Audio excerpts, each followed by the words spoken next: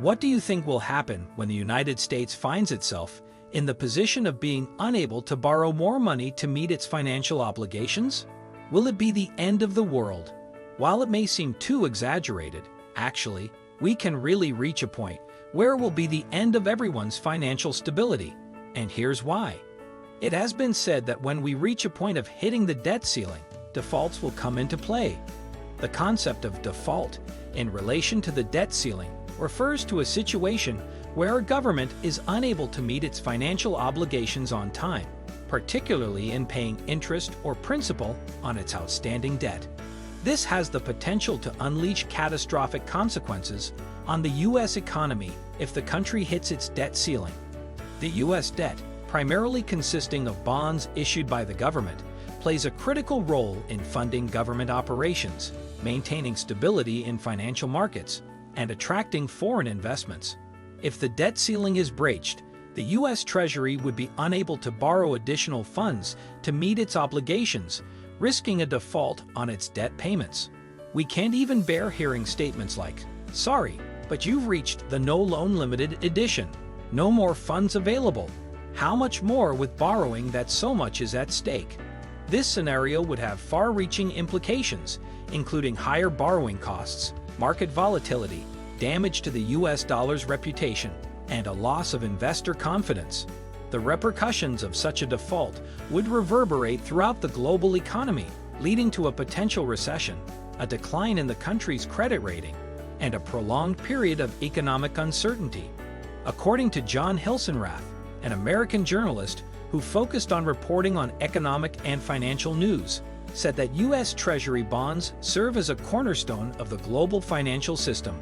U.S. Treasury borrowing is the center of gravity for almost all finance on the globe.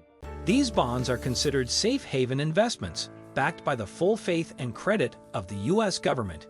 These bonds are so secure that some people joke around and say that they come with a guaranteed happiness clause, because nothing brings peace of mind quite like knowing your investment is backed by the full faith. But yeah, consequently, they are widely held by governments, central banks, institutional investors, and individual investors around the world. The U.S. government relies on issuing new bonds to finance its budget deficits and roll over existing debt. However, hitting the debt ceiling would prevent the Treasury from issuing new bonds, leaving the government unable to meet its financial obligations. This would mark the first step towards defaulting on its debt, an outcome that carries significant consequences for the U.S. economy. One immediate consequence of breaching the debt ceiling is the rise in borrowing costs for the government.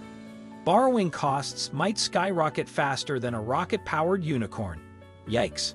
With limited options to borrow, the Treasury would be forced to prioritize its payments, potentially delaying or even missing payments to creditors, such as bondholders, Social Security recipients, veterans, and government employees. This would not only damage the trust and confidence in the U.S. government's ability to fulfill its obligations, but also lead to legal challenges and a loss of credibility in the global financial markets. Such a scenario would undermine the credibility and reliability of the U.S. Treasury bonds, leading investors to demand higher interest rates to compensate for the increased risk. Higher borrowing costs would translate into increased interest payments on existing debt, exacerbating the fiscal burden on the government and diverting funds from critical programs and investments. Market volatility would be another detrimental outcome of hitting the debt ceiling. Financial markets thrive on stability and confidence, and any sign of the U.S. government defaulting on its debt would cause widespread panic and uncertainty. It's like watching a magician's trick go wrong, except instead of pulling a rabbit out of a hat, they accidentally pull out an empty wallet and everyone gasps in disbelief. Investors would rush to sell their U.S. Treasury holdings, leading to a significant decrease in their value and a spike in yields. The stock market would likely experience a sharp decline, eroding wealth and triggering a negative wealth effect, which can dampen consumer spending and business investment. The resulting market turmoil would spill over into other sectors, causing a ripple effect throughout the economy. To illustrate the potential consequences, let's consider the impact of hitting the debt ceiling during the 2011 debt ceiling crisis. Back then, the political deadlock over raising the debt ceiling led to a downgrade of the U.S. credit rating by Standard & Poor's, the first ever downgrade in U.S. history. The downgrade resulted in a sharp sell-off in global markets, with the stock market experiencing significant losses and increased volatility. Additionally, the cost of borrowing for the U.S. government increased as investors demanded higher yields on Treasury bonds, adding to the already mounting debt burden. The uncertainty caused by the debt ceiling crisis led to a loss of consumer and business confidence, leading to a slowdown in economic growth and job creation. The U.S. dollar's status as the global reserve currency would also be jeopardized if the debt ceiling is breached. Massive upheaval in financial markets, stock prices falling, interest rates rising, probably the dollar falling too, and that could affect a wide range of your own financial life. Currently, the U.S. dollar serves as the primary medium of exchange and a store of value in international trade and finance. However, defaulting on its debt would severely damage the reputation and trust associated with the U.S. dollar, potentially leading to a loss of confidence among foreign investors and central banks. This could prompt them to diversify their currency reserves away from the U.S. dollar, reducing demand for U.S. assets and undermining the dollar's value. A weakened dollar would drive up import prices, leading to higher inflation and further burdening consumers. The long-term consequences of hitting the debt ceiling are equally dire. A default would trigger a downgrade in the U.S. credit rating by credit rating agencies, signaling heightened risk to investors. A lower credit rating would make it more expensive for the government, businesses, and individuals to borrow money, hindering investment, job creation, and economic growth.